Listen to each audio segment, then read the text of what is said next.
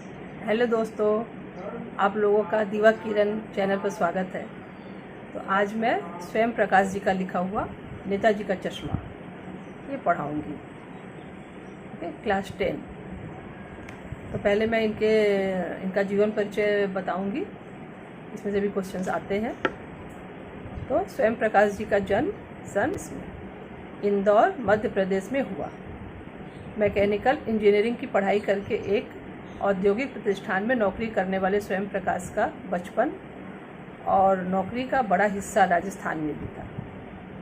ठीक है, इनका बचपन और कुछ दिन ये सर्विस भी की है राजस्थान में। उसके बाद अभी वो भोपाल में रहते हैं और वसुधा पत्रिका के संपादन से ये जुड़े हुए हैं। तो इनकी महत्वपूर्ण रचनाएं कौन कौन सी हैं? तो कहानी संग्रह है, 13 कहानी संग्रह है। इसमें से कुछ प्रकाशित हो चुके हैं, जिनमें सूरज कब निकलेगा, आएंगे अच्छे दिन भी, आदमी जात का आदमी और संधान उल्लेखनीय है। बीच में विनय और ईंधन, ये इनके उपन्यास हैं। इन्हें पहला सम्मान, अभिमन्यु सम्मान कौन कौन सा मिला है इनको? बनमाली पुरस्कार, राजस्थान साहित्य अकादमी पुरस्कार आदि पुरस्कारों से पुरस्कृत किया गया। ये मध्यवर्गीय थे और लेकिन इनकी कहानियों में स्वयं प्रकाश जी के क्या हमें देखने को मिलता है? वर्ग शोषण के विरुद्ध चेतना है। यदि किसी वर्ग का शोषण किया जा रहा है तो ये उसके विरुद्ध लिखते थे और आवाज़ उठाते थे। रोचक किस्सा गोई शैली में लिखी गई उनकी कहानियाँ हिंदी की वाचिक परंपरा से समृद्ध करती हैं, वाचिक परंपरा से समृद्ध करती है। ओके, तो आज हम लोग फिर शुरू करते हैं। अब स्वयं प्रकाश जी का लिखा हुआ नेताजी का चश्मा। तो मैं पहले रीडिंग लगाऊंगी, जहाँ पर भी कुछ समझाने का होगा मैं उसे समझाऊंगी। हालदार साहब को हर 15वें दिन कंपनी के काम के सिलसिले में उस कस्बे से गुजरना पड़ता था। कस्बा बहुत बड़ा नहीं था जिसे पक्का मकान कहा जा सके, वैसे कुछ ही मकान, और जिसे बाजार कहा जा सके वैसा एक ही बाजार था। कस्बे में एक लड़कों का स्कूल, एक लड़कियों का स्कूल, एक सीमेंट का छोटा सा कारखाना, 2 ओपन एयर सिनेमा घर और एक तो नगर पालिका थी। नगर पालिका थी तो कुछ ना कुछ करती भी थी।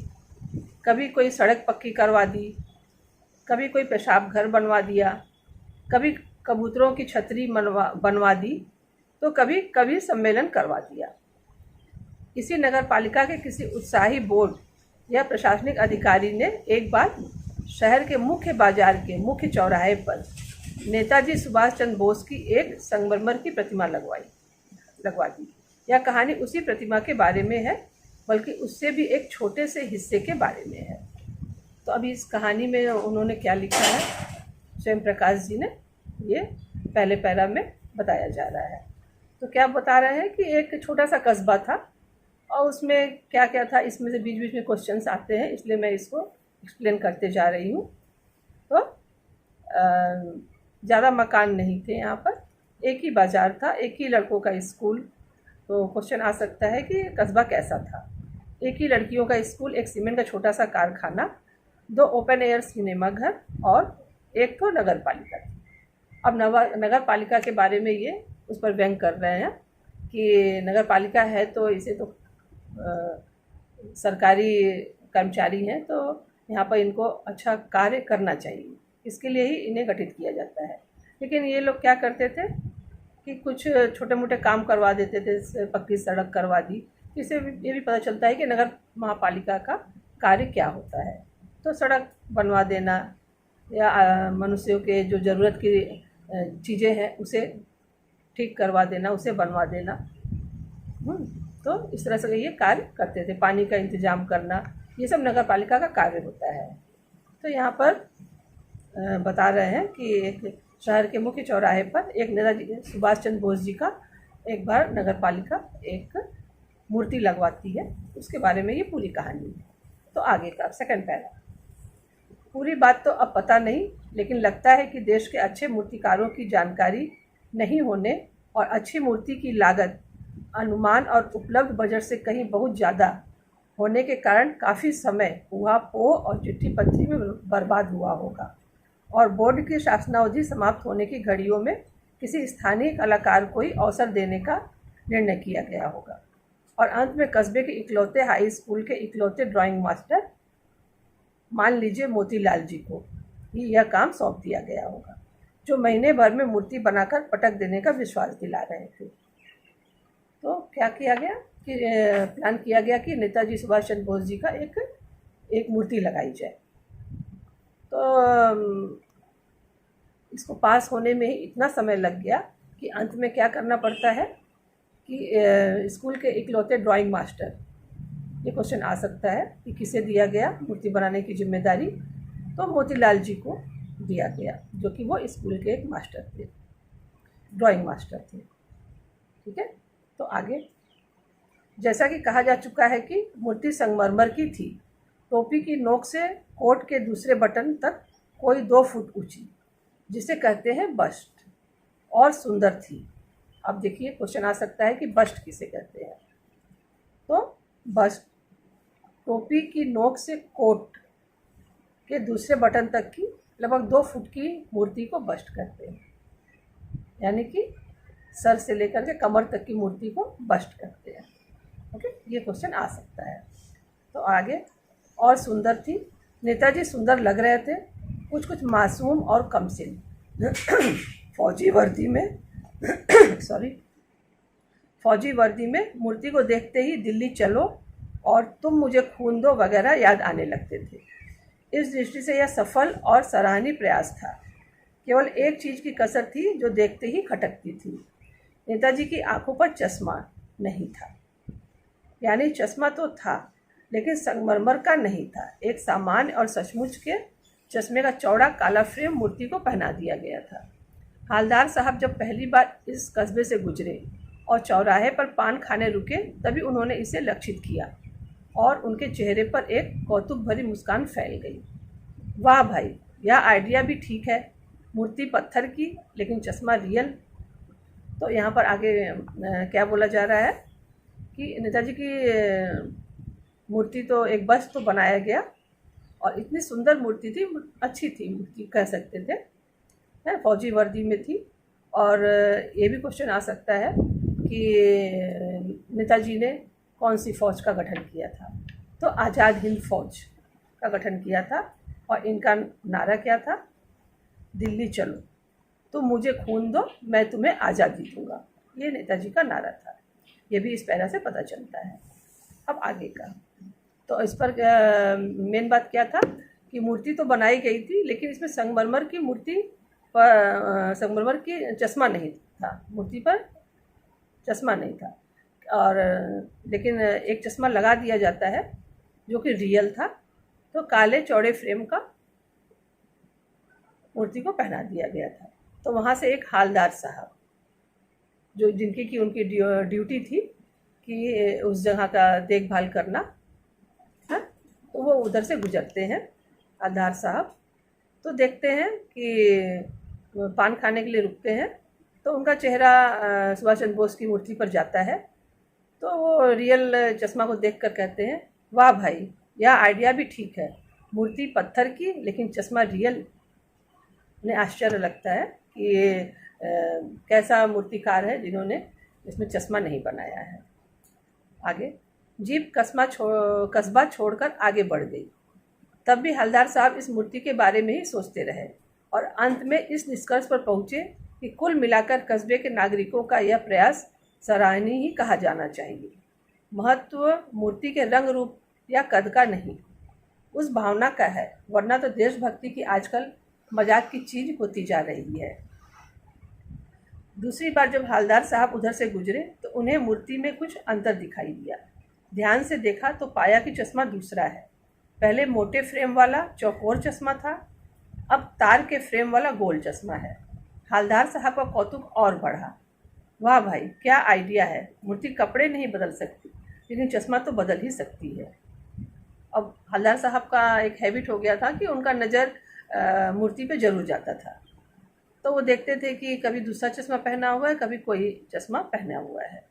तो दूसरी बार जब वो वहाँ से गुजरते हैं तो उनको मूर्ति पे अंतर दिखाई देता है और देखते हैं कि मोटे फ्रेम वाला चौकोर चश्मा इस बार मूर्ति पे पहनाया गया है। फिर तीसरी बार फिर नया चश्मा था। हवलदार साहब की आदत पड़ गई, हर बार कस्बे से गुजरते समय चौराहे पर रुकना, पान खाना और मूर्ति को ध्यान से देखना। एक बार जब कौतूहल दुर्दमनी हो उठा तो पान वाले से ही पूछ लिया, क्यों भाई, क्या बात है? यह तुम्हारे नेताजी का चश्मा हर बार बदल कैसे जाता है? पान वाले के खुद के मुंह में पान ठूसा हुआ था। वह एक काला, मोटा और खुश मिजाज आदमी था। हवलदार साहब का प्रश्न सुनकर वह आंखों में हंसा। उसकी तोंद थिरकी। पीछे घूमकर उसने दुकान के नीचे पान थूका और अपनी लाल काली बत्ती सी दिखाकर बोला, कैप्टन चश्मे वाला करता है। क्या करता है? हवलदार साहब कुछ समझ नहीं पाए। चश्मा चेंज कर देता है, पान वाले ने समझाया। क्या मतलब? क्यों चेंज कर देता है? हवलदार साहब अब भी नहीं समझ पाए। कोई गिराक आ गया समझो, उसको चौड़े चौखट चाहिए, तो कैप्टन किधर से लाएगा? तो उसको मूर्ति वाला दे दिया, उधर दूसरा बिठा दिया। तो यहाँ पर ये बता रहा है कि एक चश्मे वाला है, चश्मा बेचता है वो, तो उसे मूर्ति बिना चश्मे की नहीं ठीक लगती है, तो उसके बाद जब जैसा चश्मा जो रहता है वो पहना देता है। तो यहाँ पर यही पान वाला हवलदार साहब को बता रहा है। अब हवलदार साहब को बात कुछ समझ में आई। एक चश्मे वाला है जिसका नाम कैप्टन है, उसे नेताजी की बगैर चश्मे वाली मूर्ति बुरी लगती है, बल्कि आहत करती है, मानो चश्मे के बगैर नेताजी को असुविधा हो रही हो। इसलिए वह अपनी छोटी सी दुकान में उपलब्ध गिने चुने फ्रेमों में से एक नेताजी की मूर्ति पर फिट कर देता है। लेकिन जब कोई ग्राहक आता है और उसे वैसे ही फ्रेम की दरकार होती है जैसा मूर्ति पर लगा है, तो कैप्टन चश्मे वाला मूर्ति पर लगा फ्रेम संभवतः नेताजी से क्षमा मांगते हुए लाकर ग्राहक को दे देता है और बाद में नेताजी को दूसरा फ्रेम लौटा देता है। वाह भाई, खूब, क्या आइडिया है। तब ये यहाँ पर बता रहा है पान वाला हवलदार साहब को कि यहाँ पर एक कैप्टन चश्मे वाला, लोग उसे कैप्टन चश्मे वाला नाम देते हैं। चश्मा बेचता है लेकिन कैप्टन का नाम दिया जाता है क्योंकि वो एक देशभक्त है और उसे नेताजी की मूर्ति बिना चश्मे वाली वो देख नहीं पाता है, तो उसे वो जो समझ में आता है उसके पास जो चश्मा रहता है जिस समय, तो वो उसे पहना देता है। और जब कोई ग्राहक उस चश्मे को मांगता है तो वो उसको उतार करके बेच देता है और दूसरा चश्मा जो उसके पास है उसे वो लगा देता है। ठीक है, तो यहाँ पर एक ये भी आया है कि कोई गिराक आ गया समझो। गिराक मीन्स ग्राहक। तो हम लोग शुद्ध हिंदी में बोलेंगे, मानो कोई ग्राहक आ गया, उसको चौड़े चौखट चाहिए, माने चौड़े फ्रेम वाला चश्मा चाहिए, तो कैप्टन किधर से लाएगा? किधर से मतलब किधर। तो कैप्टन किधर से लाएगा, कैप्टन को कहाँ से मिलेगा? तो उसको मूर्ति वाला दे दिया, तो उसको मूर्ति वाला दे देता है और उधर दूसरा बिठा दिया, यानी कि उधर दूसरा लगा देता है। ठीक है, ये हम लोग का हिंदी भाषा में ये होगा और उसने आम बोलचाल की भाषा का यूज़ किया है पान वाले ने, तो यहाँ पर ये ठीक होगा। ओके, आगे। चश्मे वाला मूर्ति पर लगा फ्रेम संभवतः नेता आगे हवलदार साहब कहते हैं, लेकिन भाई एक बात अभी भी समझ में नहीं आई। हवलदार साहब ने पान वाले से फिर पूछा, नेताजी का ओरिजिनल चश्मा कहाँ गया? पान वाला दूसरा पान मुंह में ठूस चुका था। दोपहर का समय था, दुकान पर भीड़ भाड़ अधिक नहीं थी। वह फिर आंखों में हंसा। उसकी तोंद थिरकी। कत्थे की डंडी फेंक पीछे मुड़कर उसने नीचे पीठ थूकी और मुस्कुराता हुआ बोला, मास्टर बनाना भूल गया। पान वाले के लिए यह एक मज़ेदार बात थी, लेकिन हवलदार साहब के लिए चकित और द्रवित करने वाली। यानी वह ठीक ही सोच रहे थे। मूर्ति के नीचे लिखा मूर्तिकार मास्टर मोतीलाल वाकई कस्बे का अध्यापक था। बेचारे ने महीने भर में मूर्ति बनाकर पटक देने का वादा कर दिया होगा, बना भी ली होगी, लेकिन पत्थर में पारदर्शी चश्मा कैसे बनाया जाए कांच वाला यह तय नहीं कर पाया होगा, या कोशिश की होगी और असफल रहा होगा, या बनाते बनाते कुछ और बारीकी के चक्कर में चश्मा टूट गया होगा, या पत्थर का चश्मा अलग से बनाकर फिट किया होगा और वह निकल गया होगा। उफ! हलदार साहब सोचने लगते हैं कि ऐसा कैसे हो सकता है, ऐसा कैसे कोई भूल सकता है, तो ज़रूर इसका कोई कारण रहा होगा। तो ये सब कारण सोचते हैं। आगे हलदार साहब को यह सब कुछ बड़ा विचित्र और कौतुक भरा लग रहा था। इन्हीं ख्यालों में खोए खोए पान के पैसे चुकाकर चश्मे वाले की देशभक्ति के समक्ष नतमस्तक होते हुए, तो यहाँ पर व्यंग कर रहे हैं कि चश्मे वाला हंस रहा है। उनकी नज़र में, हलदार साहब के नज़र में कैप्टन चश्मे वाला जो है वो एक देशभक्त है, लेकिन पान वाला उस पर हंसता है, इसलिए उन्हें थोड़ा वो द्रवित हो जाते हैं, उन्हें खराब लगता है। तो देशभक्ति के समक्ष नतमस्तक होते हुए वह जीप की तरफ चले, फिर रुके, पीछे मुड़े और पान वाले के पास जाकर पूछा, क्या कैप्टन चश्मे वाला नेताजी का साथी है या आज़ाद हिंद फौज का भूतपूर्व सिपाही? आज़ाद हिंद फौज मीन्स सुभाष चंद्र जी का बनाया हुआ एक सेना थी, तो एक फौज उन्होंने बनाया था जिसका नाम था आज़ाद हिंद फौज। तो पूछ रहे हैं क्या उसका भूतपूर्व सिपाही है वो, उसमें वो क्या सिपाही था, ऐसा वो पूछ रहे हैं। तो पान वाला नया पान खा रहा था, पान पकड़े अपने हाथ को मुंह से 1.5 इंच दूर रोककर उसने हलदार साहब को ध्यान से देखा, फिर अपनी लाल काली बत्तीसी दिखाई और मुस्कुराकर बोला, नहीं साहब, वो लंगड़ा क्या जाएगा फौज में, पागल है पागल, वो देखो वो आ रहा है, आप उसी से बात कर लो, फोटो वोटो छपवा दो उसका कहीं। तो वो उसका मजाक उड़ाता है पान वाला। तो ये हलदार साहब को खराब लगता है कि एक देशभक्त का मजाक उड़ाया जा रहा है। हलदार साहब को पान वाले द्वारा एक देशभक्त का इस तरह मजाक उड़ाया जाना अच्छा नहीं लगा। मुड़कर देखा तो अवाक रह गए। एक बेहद बूढ़ा मरियल सा लंगड़ा आदमी, सिर पर गांधी टोपी और आंखों पर काला चश्मा लगाए, एक हाथ में एक छोटी सी संदूकची और दूसरे हाथ में एक बांस पर टंगे हुए बहुत से चश्मे लिए अभी अभी एक गली से निकला था और अब एक बंद दुकान के सहारे अपना बांस टिका रहा था। तो इस बेचारे की दुकान भी नहीं फेरी लगाता है। हलदार साहब चक्कर में पड़ गए। पूछना चाहते थे इसे कैप्टन क्यों कहते हैं, क्या यही इसका वास्तविक नाम है, लेकिन पान वाले ने साफ बता दिया था कि अब वह इस बारे में और बात करने को तैयार नहीं। ड्राइवर भी बेचैन हो रहा था, काम भी था। हलदार साहब जीप में बैठकर चले गए। सोचते रह गए उसके बारे में कि इसे कैप्टन क्यों कहते हैं। 2 साल तक हलदार साहब अपने काम के सिलसिले में उस कस्बे से गुजरते रहे और नेताजी की मूर्ति में बदलते हुए चश्मों को देखते रहे। कभी गोल चश्मा होता तो कभी चौकोर, कभी लाल, कभी काला, कभी धूप का चश्मा, कभी बड़े कांचों वाला गोगो चश्मा, पर कोई ना कोई चश्मा जरूर होता। उस धूल भरी यात्रा में हलदार साहब को कौतुक और प्रफुल्लता के कुछ क्षण देने के लिए, उन्हें हमेशा कौतुक बना रहता था कि आज देखा जाए कि आज कौन सा चश्मा लगा हुआ है, लेकिन वो उनको विश्वास था कि कैप्टन चश्मे वाला वो चश्मा जरूर लगाएगा। फिर एक बार ऐसा हुआ कि मूर्ति के चेहरे पर कोई भी कैसा भी चश्मा नहीं था। उस दिन पान की दुकान भी बंद थी, चौराहे की अधिकांश दुकानें बंद थी। अगली बार भी मूर्ति की आंखों पर चश्मा नहीं था। हलदार साहब ने पान खाया और धीरे से पान वाले से पूछा, क्यों भाई, क्या बात है, आज तुम्हारे नेताजी की आंखों पर चश्मा नहीं है? पान वाला उदास हो गया। उसने पीछे मुड़कर मुंह का पान नीचे थूका और सिर झुकाकर अपनी धोती के सिरे से आंखें पोंछता हुआ बोला, साहब कैप्टन मर गया। इससे पता चलता है कि पान वाला एक भावुक इंसान है, ठीक है, उसके अंदर भी सहानुभूति है।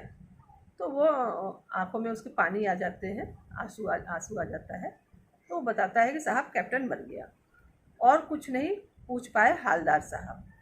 कुछ पल चुपचाप खड़े रहे, फिर पान के पैसे चुकाकर जीप में आ बैठे और रवाना हो गए। बार बार सोचते क्या होगा उस कौम का जो अपने देश की खातिर घर गृहस्थी, जवानी, जिंदगी सब कुछ होम देने वालों पर भी हंसती है और अपने लिए बिकने के मौके ढूंढती है। दुखी हो गए। तो यहाँ पर क्या है कि जैसे कि पान वाला भी एक बार हंसता है इस चश्मे वाले के ऊपर, तो हवलदार साहब को खराब लगता है कि ये भी तो एक देशभक्त ही है, लोग इस पर हंसते हैं, देशभक्तों पर हंसते हैं। तो देश का रक्षा के लिए सेना भी अपना सब कुछ, अपने घर गृहस्थी, जवानी, जिंदगी सब कुछ होम कर देती है देश की रक्षा के लिए। ऐसे लोगों पर भी हंसने वाले लोग हैं, तो ये उन्हें खराब लगता है, तो वो दुखी हो जाते हैं। और 15 दिन बाद फिर उसी कस्बे से गुजरे। कस्बे में घुसने से पहले ही ख्याल किया कि कस्बे की हृदय स्थली में सुभाष की प्रतिमा अवश्य प्रतिष्ठापित होगी, लेकिन सुभाष की आंखों पर चश्मा नहीं होगा। वो सोचते हुए ही घुस रहे हैं कि ऐसा ही उन्हें देखने को मिलेगा। क्यों ऐसा होगा? क्योंकि मास्टर बनाना भूल गया है। वे सोचते हैं कि आज वो यहाँ पर रुकेंगे नहीं, पान भी नहीं खाएंगे, मूर्ति की तरफ देखेंगे भी नहीं, सीधे निकल जाएंगे। ड्राइवर से कह दिया चौराहे पर रुकना नहीं, आज बहुत काम है, पान आगे कहीं खा लेंगे। यानी कि उनसे ये देखा नहीं जाता है, उन्हें कैप्टन की याद आती है और बिना चश्मे वाली मूर्ति वो देख नहीं सकते हैं। लेकिन आदत से मजबूर आंखें चौराहा आते ही मूर्ति की तरफ उठ गई। कुछ ऐसा देखा कि चीखे, रोको, जीप स्पीड में थी। ड्राइवर ने जोर से ब्रेक मारी। रास्ता चलते लोग देखने लगे। जीप रुकते न रुकते हवलदार साहब जीप से कूदकर तेज तेज कदमों से मूर्ति की तरफ लपके और उसके ठीक सामने जाकर अटेंशन में खड़े हो गए। मूर्ति की आंखों पर सरकंडे से बना छोटा सा चश्मा रखा हुआ था, जैसे बच्चे बना लेते हैं। हवलदार साहब भावुक हैं, इतनी सी बात पर उनकी आंखें भर आई। तो उन्हें ये देखकर बहुत ही खुशी होती है। पहले वो सोचते हैं कि अब जो ये देशभक्त हैं उन पर लोग हंसते हैं सिर्फ, अब देशभक्ति इस देश से ख़त्म हो गई है, ऐसा विचार उनके मन में पहले आता था जब वो नेताजी की मूर्ति को बिना चश्मे की देखते थे। तो लेकिन आज उनके आश्चर्य का ठिकाना नहीं रह जाता है। वो बहुत खुश होते हैं जब देखते हैं कि नेताजी की मूर्ति पर सरकंडे का बना हुआ चश्मा लगा हुआ है। यानी कि आज भी देशभक्ति जीवित है। यदि कोई किसी की मृत्यु हो जाती है या कोई नहीं रहता है कोई देशभक्त, तो ऐसा नहीं हो सकता कि ये देशभक्तों से खाली हो जाए। उन्हें फिर से आशा की किरण उनके मन में पनपती है और वो बहुत ही खुश हो जाते हैं और भावुक हो जाते हैं कि लगता है बच्चों से भी ऐसा बिना मूर्ति का चश्मा बच्चे भी नहीं देख सकते हैं, भले वो गरीब ही क्यों ना हो। वो सरकंडे का चश्मा ही बना करके नेताजी को लगा देता है, बच्चा कोई लगा देता है। तो इसी कारण से हवलदार साहब बहुत ही भावुक हो जाते हैं और उनके मन में ये भावना आती है कि देश कभी भी देशभक्तों से खाली नहीं हो सकता। तो बच्चों, आज इतना ही। मैं सेकंड पार्ट में क्वेश्चन आंसर करवाऊंगी, आप लोग ज़रूर देखिएगा। ओके, धन्यवाद।